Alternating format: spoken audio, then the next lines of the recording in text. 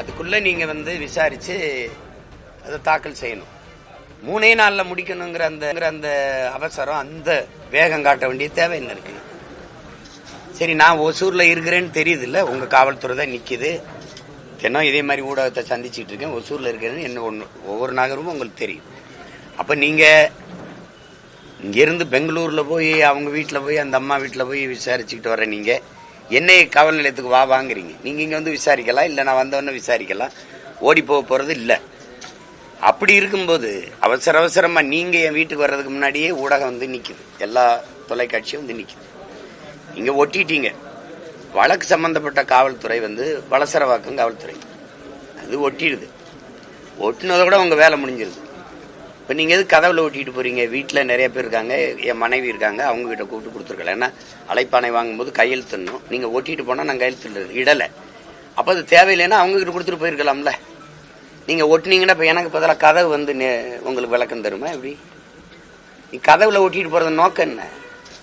நான் இல்ல தலைமறைவாயிட்டேனா, வேற எங்கேயும் என்னை தொடர்பு கொள்ள முடியாத தூரத்துக்கு போயிட்டேனா? எப்படி ஒட்டிட்டு அப்ப ஒட்டுற இடத்துல எதுக்கு ஊடகம் வருது? இவ்வளவு தொலைக்காட்சிகள் எதுக்கு அங்க வந்துச்சு? சொல்லுங்க, எதுக்கு வந்துச்சு? ஒட்டிட்டில அதோட வேலை முடிஞ்சதுல. அப்ப கிளிக்காம போறேன். அதை என்ன அதை அப்படியே வச்சு இல்ல இப்படி கட்டம் போட்டு பூஜையில மாட்டிக்கணுமா? நீங்க அழைப்பானைய சம்மனை இது என்னன்னு சொல்லுங்க. இது எந்த மாதிரி அணுகுமுறை? நீ எதுல நேர்மையா இருந்திருக்க? இதுல இவ்வளவு துடிக்கிறப்ப இதுல எந்த மாதிரி அணுகுமுறை? நான் வரலைன்னா தான் பரவாயில்ல, நான் ஏற்கனவே விளக்கம் அளிச்சிருக்கேன், மறுபடியும் வருவேன்றேன். எதுக்கு இவ்வளவு பதட்டம் அடைகிறீங்கிற? அதுக்கு அங்க இருக்கிறவங்களை அடிச்சு, எங்க வீட்டுல இருக்கிற பிள்ளைகள் யாரும் இப்படி, ஐயா எனக்கு அந்த ஓய்வு பெற்ற ராணுவ அதிகாரி இருக்காரு, அவரும் அவ்வளவு ரொம்ப நல்ல மனிதர், கண்ணியமான மனிதர். நீங்க தான் அடிச்சு போய் நீங்க வளசரவாக்கம் காவல் நிலையத்தில் இருக்கிறதுக்கு நீலாங்கரை காவலர் உதவி ஆய்வாளர் அந்த ஆய்வாளர் அடிச்சு இழுத்துட்டு போக வேண்டிய அவசியம் இருக்கு. அடிச்சு இழுத்துட்டு போற அளவுக்கு என்ன குற்றம்? அதை கிழிச்சது தானே. அது அப்புறம் அப்படியே இருக்கணுமா? இல்ல ஆண்டாண்டு காலமா அந்த கதவுலயே இருக்கணுமா? அது அழைப்பானை நாம் படிக்கவா, நாட்டு மக்கள் படிக்கவா? சொல்லுங்க தம்பி, நீங்க ஒரு அதிகாரியா உங்ககிட்ட கேட்கிறேன். அழைப்பானை நாம் படிக்க அனுப்புனீங்களா, கொண்டு வந்தீங்களா, இல்ல நாட்டு மக்கள் நாம் படிக்கணும்னு கொண்டு வந்தீங்களா? அதுக்கு அது அவ்வளவு பெரிய குற்றமா? அது கிழிச்சா அடிச்சு இழுத்துக்கிட்டு போய் நேர நீ காவல் நிலையத்தும் கொண்டு போல, வேற ஒரு இடத்துல ஒரு தடல்ல ஒடிச்சா அடிச்சு நீ போய் படுத்துக்கிட்ட. இது ஒரு வழக்கமா வச்சுக்கிறாங்க. எப்படின்னா இவங்க அடிச்சிருவாங்க, இவங்களுக்கு இவர் கையில கீறல் பட்டுருச்சா, நீ அடிச்சு காயம்பட்டதுல இவங்க எல்லாருமே என்ன நினைச்சுட்டு இருக்காங்கன்னா, 5 வருஷத்துக்கு ஒரு தடவை தேர்தல் வருது, பல முறை ஆட்சிகள் மாறுதுங்கிறத மறந்துட்டு இவங்களே அந்த நாற்காலியில் அப்படியே நிரந்தரமா பசையை போட்டு ஒட்டின மாதிரி நம்ம கீழே இறங்கவே போறது இல்லைங்கிற திமிரில் ஆடுற ஒரு ஆட்டம் இருக்குல்ல, அதுதான் அங்க அது கவனத்தில் வச்சுட்டு விளையாடணும். எல்லாம் விளையாடுறது. நீ பயப்படுறவனாவது சொல்லுங்க. நீங்க இத்தனை வழக்கு போட்டிருக்கீங்க, ஒவ்வொரு வழக்குக்கும் நேர் நிக்கிறேன், நான் முடிஞ்ச நேரம் ஒரே நேரத்துல 4 அழைப்பானேன்னா எங்க போக முடியும்? ஒரு ஆள் தானே. வராம இருந்தா சொல்லலாம். இப்ப நீங்க எதுக்காக நீங்க இந்த வேலையை செய்யறீங்க? இன்னைக்கு ஒசூர்ல நான் இருக்கேன்னு சரி, இன்னைக்கு இருக்கிற நவீன உலகத்துல எனக்கு பகிரிலே அனுப்பியிருக்கலாம், உங்களுக்கு அழைப்பானை அனுப்பியிருக்க. எதுக்கு வீட்டுல போய் ஓட்டணும்? வீட்டுல யாருக்கான்னு கேட்டிருக்கலாம். என் மனைவி இருக்காங்க, என் மனைவி கொடுத்துருங்களா. அவங்க சட்டம் படிச்சவங்க, இந்திய குடிமை பணிக்கு தேர்வு எழுதி தேர்ச்சி பெற்றவங்க. நீங்க அவங்க கிட்ட கொண்டு கொடுத்துருக்கலாம்ல. நீ கதவுல ஒட்டிட்டு அதை கிழிச்சாங்கிறதுக்காக நீலாங்கரை காவலர் அந்த ஆய்வாளர் வேக வேகமா இதை அடிச்சு இழுத்துட்டு போக வேண்டிய தேவை என்ன இருக்கு? அவர் ஒட்டிட்டு போயிட்டாருல்ல, வளசரவாக்கு காவலர் ஒட்டிட்டு போயிட்டாரு, படிச்சிட்டோம்ல. இந்த மாதிரி ஒட்டிட்டு போயிட்டாங்கிற தகவல் எனக்கு வந்துருச்சு. அப்புறம் அது அதுக்கு அங்க படம் காட்டணுமா? அதை வரவங்களுக்கு நோக்கம் என்ன? இதுக்கு முன்னாடி இதே போன்ற சம்மன் ஜாபர் சாதிக் வழக்குல, இந்த போதை கடத்தல் வழக்குல கைது செய்யப்பட்ட ஜாபர் சாதிக் வீட்டுல ஓட்டின சம்மனை அவங்க தாயை கிழிச்சிருக்காங்க. ஆனா அங்க காவல்துறை அந்த மாதிரி நடவடிக்கை எடுக்கல. அது வழக்குல, அந்த குற்ற வழக்குல ஆட்சி சம்பந்தப்பட்டிருக்குல்ல, அது உங்க ஆள் இல்ல. எதுல நீ சரியா இருந்திருக்க?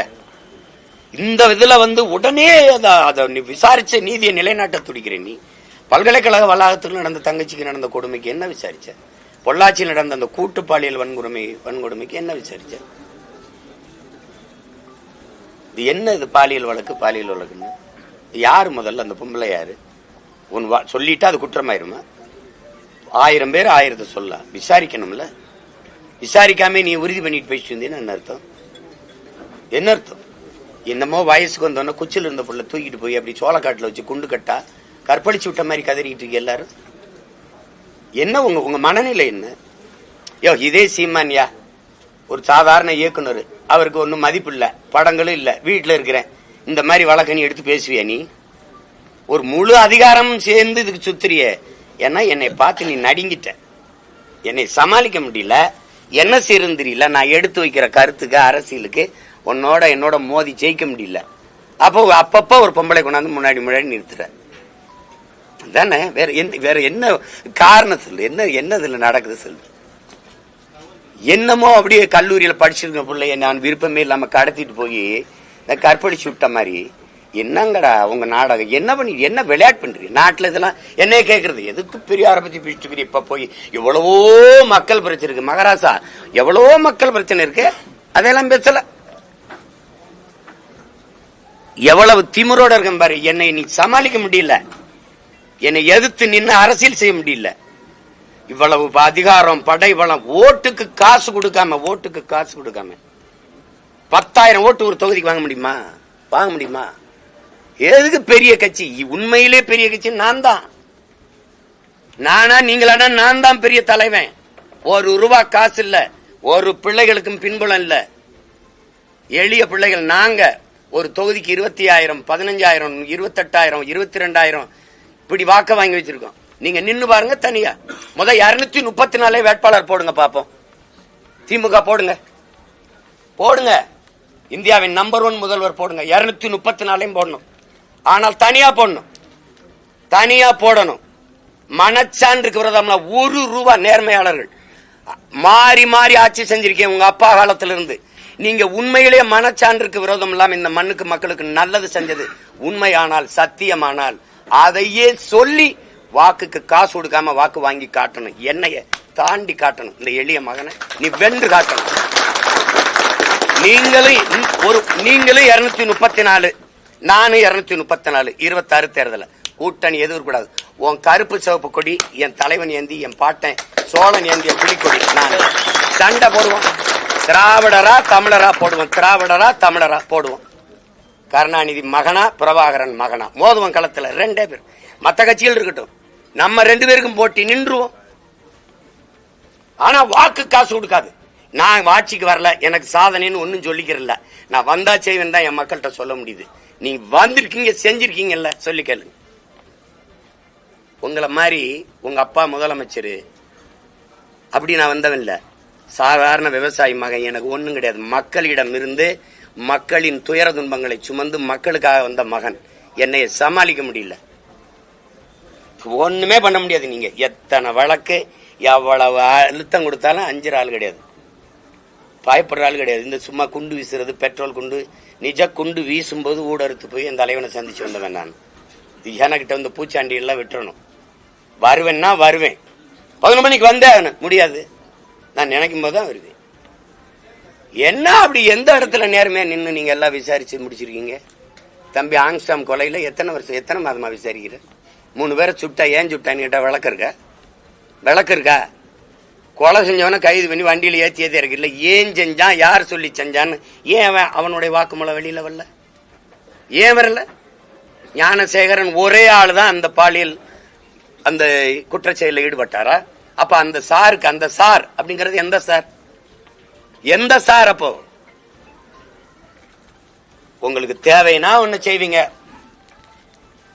இதுல. ஆனா நீங்க எல்லாரும் கவனத்துல வச்சுக்கிறீங்க, இந்த அதிகாரம் நிலையானதுன்னு நினைச்சு வேலைகளை செய்யாதீங்க. கால சக்கரம் வரலாறுங்கும் சுழன்று கொண்டுதான் இருக்கு, பார்த்துக்கிறீங்க.